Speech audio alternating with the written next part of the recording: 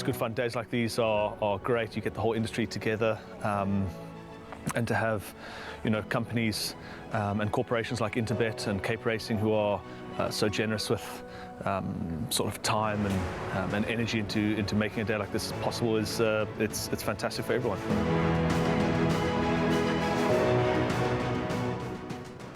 9 races on the program, as you know by now, which means the first leg of the place accumulator is the third race. Race number 3, a maiden plate for fillies and mares, where they're going to sprint over 1,000 meters. And again, at the time of recording, no scratchings here. Check your scratchings, check your jockey changes, betting moves, etc. as you inch closer to race time. Graham, again, and we're going to be saying it like we always do because we've really had some competitive, some thrilling racing of late. A maiden plate where there are a couple in with chances. Let me get the ball rolling. 1 Imbajeje and 2 La Fille, or La Filly, have both returning from rests, 143 days and 111 days respectively. I'm ignoring Imbajeje's last run.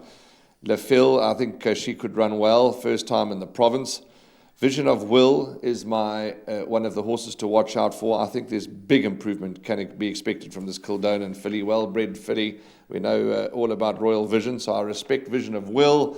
Shield Maiden, I'm finding her hard to assess. I'm a little bit on the fence with her. I'm expecting more from number 6, Shaken Not Stirred. Very good stable debut last time. And in actual fact, if Shaken Not Stirred went one better, I wouldn't be completely shocked. And then the 2 Clive Murphy and Mr. Carr runners, Gavin Van Zyl, numbers 8 and 9.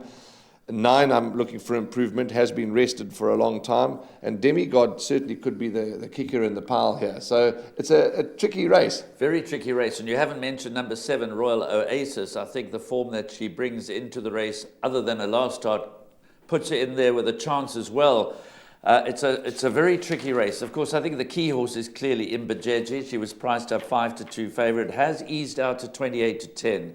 Second in her first 2 starts, then came a run totally out of character, and clearly something went amiss because that was way back on the 23rd of May. So she's been rested since then. She's obviously had to recover from some kind of a setback. She's beautifully bred, being by Var out of Ice Maiden. She's cracked the number 1 gate. So I think Imbajeje is the key horse in the race. But you've mentioned many, and there are many worth mentioning. There are only 9 runners. It's hard to exclude any of them as far as potential winners are concerned. Again, Duncan holds a strong hand, as you've mentioned. I like the fact that Shield Maiden reverts all the way back to 1,000 meters. I think this is an ideal trip. So I'm expecting Shield Maiden to be very competitive. Shaken Not Stirred, yes, a good first run for the stable. But behind Seek the Magic, it was a 100-1 winner. It was a very moderate lineup.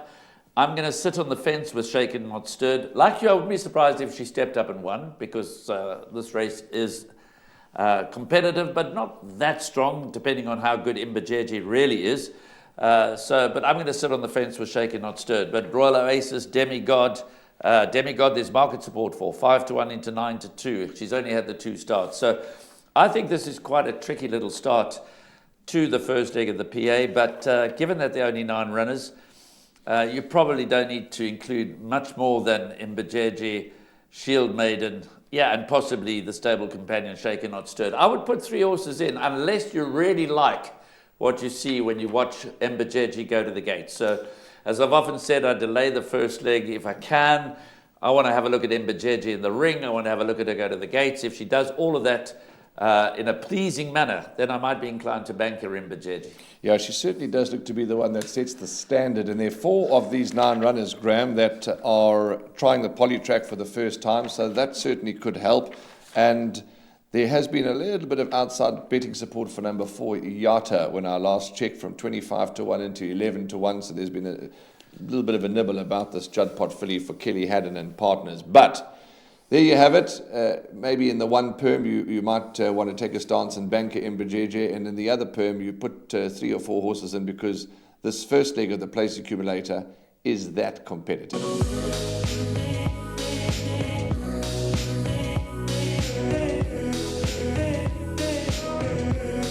I bet with Interbet only.